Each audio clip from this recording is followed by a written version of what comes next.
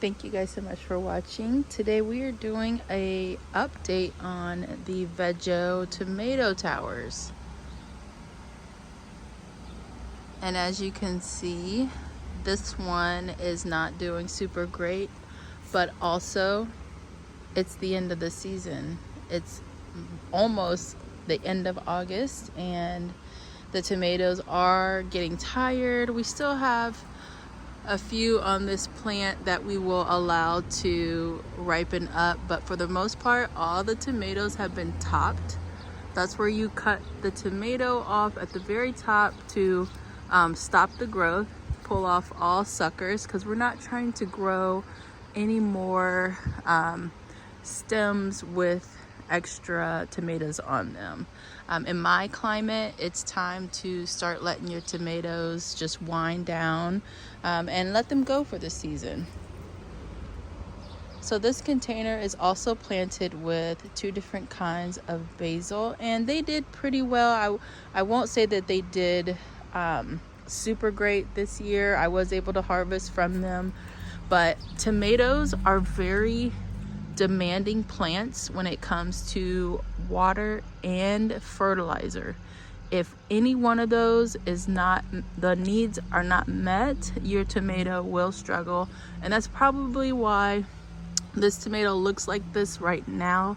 But again, that's fine because it's the end of the season for me with tomatoes. So I'm gonna go ahead and let this plant, I'm not gonna diagnose and try to fix this plant and keep it going. I will keep this watered because there's other plants in there, but as far as this tomato plant, it's its time.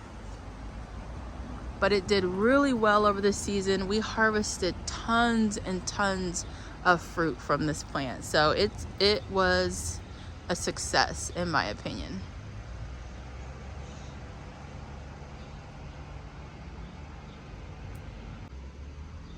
Here is the second container, and this container also had a tomato in it. It had a couple pepper plants in it. It had dill, and it had a passion flower vine in it. This planter did pretty well.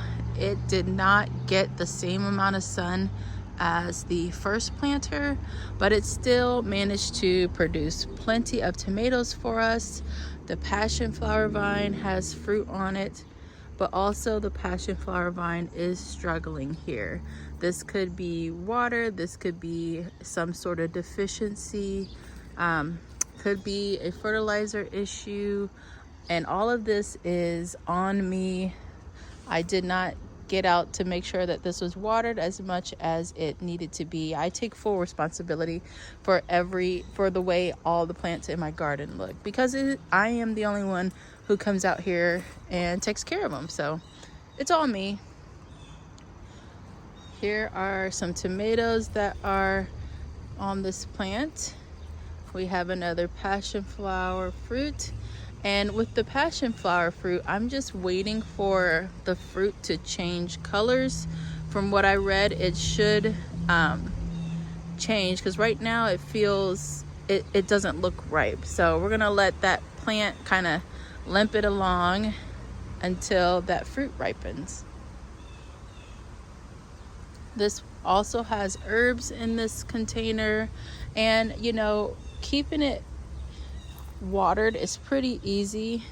I would water right here, and then once that tank is full, then you go ahead and stop, and you have your moisture meter down here that tells you when it's full. This one actually is not working properly because when I moved these containers, they got bumped around, but basically water in here.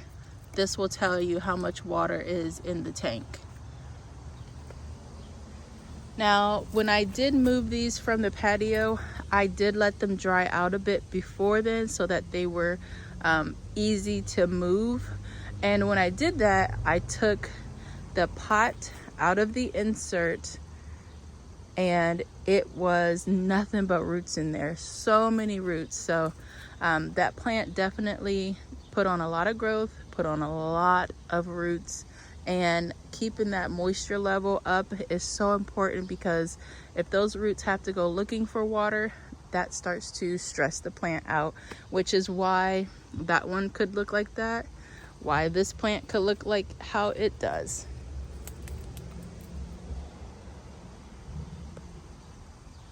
Other than user error, both of these towers did really good for me. I was happy to have them, happy to grow in them. I did not have any complaints about them. I will say that if the towers were a little bit taller, that would be awesome, because the tomatoes that you're likely going to grow in here would be indeterminate tomatoes, and indeterminate tomatoes can get super tall, and with this height you might not be ready to top them off at this height. You kind of want them to get a little bit taller so that you can have more fruit. And then you'll want to make sure that you're pruning this, so that pruning your tomatoes around this cage so that they're not growing all over the place without any sort of trellising system, because you know tomatoes can get really crazy and wild really fast if you're not staying up with the pruning.